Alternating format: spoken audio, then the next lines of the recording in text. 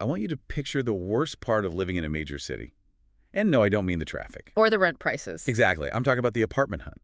You know the feeling. It's 2 in the morning, you're scrolling, you're desperate. It is a universal struggle. The rental market is this high-stakes game where, honestly, your common sense is the first thing to go. You just want a roof over your head. You do. And then you find it. The unicorn. It's spacious, it's furnished, it's in a great location, and the rent is, well, it's suspiciously cheap. Like, did they forget a zero? Cheap. Yes. And that is the classic trap, isn't it? Yeah. In economics, price is a signal. If the price is wrong, it's screaming that something else is very, very wrong. Usually you pay for it with a terrible commute. Sometimes you pay with your sanity. Or, in the case we're digging into today, you pay with something much, much worse. Welcome back to the Deep Dive. Today we're unpacking a case file that reads less like a ghost story and more like a forensic timeline of a psychological siege. It's the story of a tenant named Rohit and his absolutely terrifying 5-day stay in a city apartment. We have his documentation, a timeline of events, even police reports. And it's that escalation that's so fascinating. It's not just a vague feeling. We have timestamps, we have data points. It's a documented intrusion. And it all happens so fast, less than a week. So let's start at the beginning. The viewing. Rohit walks in, place looks great, but the landlord is off. Goff is putting it mildly. The sources say there was zero due diligence. Landlords want bank statements, references, your whole life story. Right. This guy barely glanced at Rohit's ID. He was in a frantic rush to just hand over the keys and get out of there. Which is red flag number 1. If a landlord doesn't care who you are, it means they don't expect you to stay long. Or they don't care what happens to you while you're there. It's like he wasn't renting a home, he was offloading a problem. And just as he's leaving, he points down the hall and drops the one and only rule for the house. He says, the third room stays empty. Such a strange way to phrase it. Not, don't go in there, but it stays empty. It implies the room has a state of being that has to be maintained. Rohit just laughs it off. Old building, weird owner, whatever. He just scored a cheap apartment. Yeah. So let's talk about the layout here because it's important. It is. It's a pretty standard flat, bedroom, small study, but then there's this long corridor, and at the very end of it, The third room. And here's the detail that gets me. The door was closed, but the report is very clear. It was not locked. and that's a key psychological detail. A locked door is a barrier you can ignore. An unlocked door you're told not to open. That's a test. It's an itch you have to constantly, actively choose not to scratch. So day 1 begins. Rohit moves in. And the first thing he notices isn't a sound, it's the lack of sound. An environmental anomaly. In a dense city, complete silence is unnatural. You should hear traffic, sirens, neighbors. Our brain uses that noise floor to feel safe. When it's gone, you go on high alert. He says the night was too quiet, just dead air. But then we get our first hard data point, 3:12 a.m. And that time becomes the anchor for this whole case. He just wakes up. No reason. That's usually your body's survival mechanism kicking in. It sensed something your conscious mind missed. He's lying there in the dark, and then he hears it, a soft, dragging noise. He describes it as, and I'm quoting here, like someone pulling their fingers across the wall. That's so specific. It's textural. It's not chains or footsteps. It's skin on plaster. And it's coming from the corridor right near the third room. He does what we'd all do. He freezes, the sound stops. He tells himself it's plumbing. Or rats. The logic game. Cognitive dissonance. You pick the explanation that keeps your world intact. Because if it's not rats, your reality is breaking. So he goes back to sleep, which, frankly, is braver than me. Yeah. That brings us to day 2.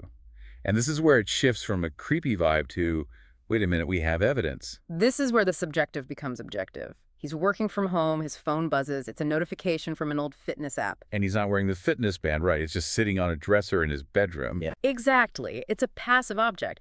But the app says, good job, you hit a milestone.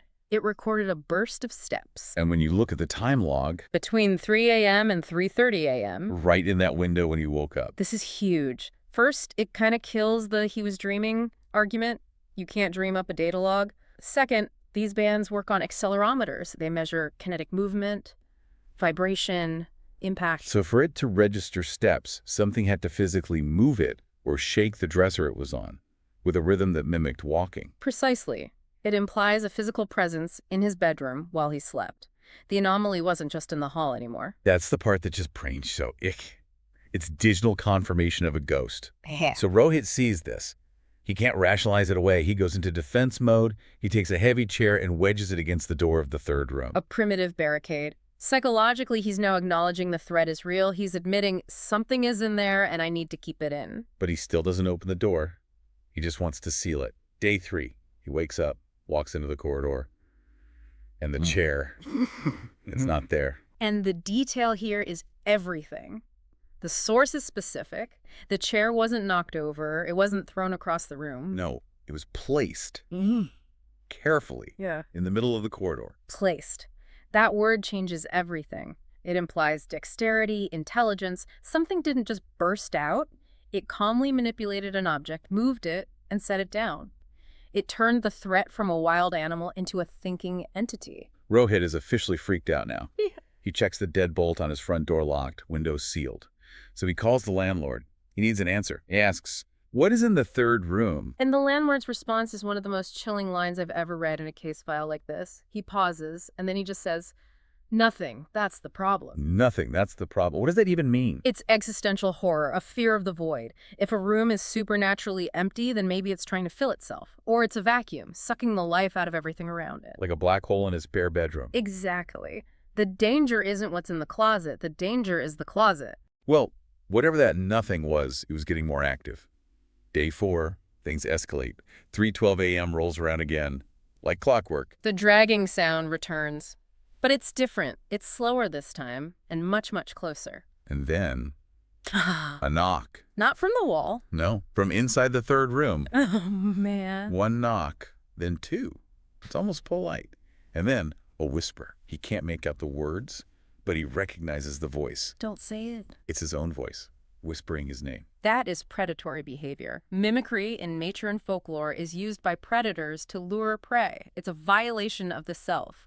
To hear your own voice call your name from the dark is a sign that you are being hunted. It's saying, I know you, I can be you. And as he's backing away, his phone vibrates in his hand. A text message from an unknown number. And the message says, "You left the door open." wow. That completely breaches the sanctuary. The fitness tracker was passive data. This is active, intelligent communication. It knows he's there, it knows he's afraid, and somehow it has access to the cellular network. But he didn't leave it open. The door is closed. Physically, yes. But maybe not psychologically. By listening, by putting the chair there, by giving it his attention, he acknowledged it. In many of these hauntings, attention is currency. He opened the door in his mind. That's the breaking point. Day 5. Rohit is done. He's not the guy in the horror movie who investigates. He's packing. He is out of there before sunset. Smart man. But to leave, he has to walk down that corridor one last time. And he stops. He looks at the door. And in daylight, he notices a detail he'd missed. The handle. The handle. There's a normal one on the outside. But he realizes Yeah. there is no handle on the inside. Let's just pause on that. Form follows function. A door with no inner handle is not a bedroom. It is a cell. It is a trap. It's designed so that once you're in and that door closes, Yeah. you cannot get out. The room wasn't built to keep things out of the apartment. It was built to keep something or someone in. And that thought that he's been living next to a holding cell makes his hand shake. But he has to know. He reaches out and he opens the door. He opens it, and the room is just what the landlord said. Empty, no furniture, no windows, just nothing. Except for one thing. On the far wall, there's a large, full-length mirror. Which is already unsettling, a mirror just duplicating an empty room. But this mirror wasn't just reflecting reality, was it? No, this is the climax. He looks in the mirror, he sees himself standing in the doorway, his face terrified, but his reflection is smiling. And Rohit is definitely not smiling. That's the ultimate confirmation that reality is broken. To see your own face act independently, it's not you in there. And then he sees it in the reflection, standing right behind his smiling double, Hmm. a tall, unmoving figure. And the source is specific about the sensory details here. It's not just what he sees. The figure's mouth in the mirror opens. Then he feels warm breath on the back of his neck. The physical breach. That's the final stage. It went from sound to data to text to sight and finally to touch. It completely crossed the barrier. It's no longer in the room. It's right behind him. I'm assuming he ran. He fled, left half his stuff, didn't look back. And I don't blame him. Me neither. Okay, let's fast forward 2 weeks. We have a police report. This is what grounds the story in reality. What did the cops find? They found a vacant apartment, no signs of forced entry, no squatters, nothing. On paper, it was just a tenant who broke his lease. But their actions say otherwise. They didn't just close the file. The authorities officially sealed the third room, boarded it right up, and, this is key, they removed the mirror from the property. You don't take an ordinary mirror as evidence in a landlord dispute. Yeah. You don't seal a room unless something is seriously wrong with it. Exactly. It validates that something inexplicable was tied to that specific location and that object. But even sealing the room didn't stop it. No, because the files include notes from current residents of that building, the neighbors. They still report phenomena.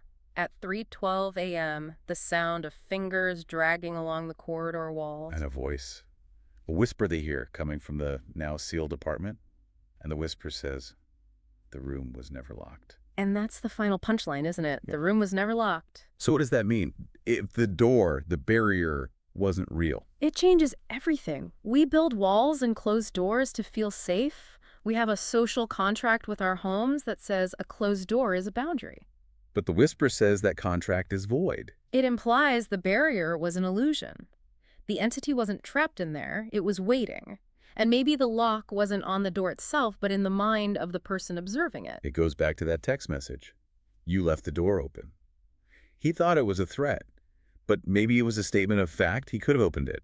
By fearing it, by putting the chair there, he engaged with it. He fed it his attention. It might be that if he had just completely ignored it, treated it like any other room, maybe nothing would have happened. The monster only comes out when you acknowledge it's there. That is a terrifying thought. Yeah. And that door handle, or lack of one, if the entity could get out anyway, then the door wasn't a cage for the ghost. It was a lure for the tenant. I am never looking at a closed door the same way again. It really makes you question the spaces we live in, you know? We put so much trust in a simple lock, but a lock is just a piece of metal. It doesn't stop something that can send a text message or live in a mirror. On that incredibly comforting note, I think we should wrap up before I get too paranoid to walk home. Just check the back seat of your car first. Oh, come on. Don't do that. Yeah, sorry. Good advice, though. Thank you, everyone, for joining us on this deep dive. It's a chilling reminder that sometimes the best deal on an apartment comes with a roommate you never wanted. And that some doors, even when they're unlocked, are much, much better left unopened. We'll see you next time. Stay curious. And maybe sleep with a nightlight on tonight. Goodbye. See ya.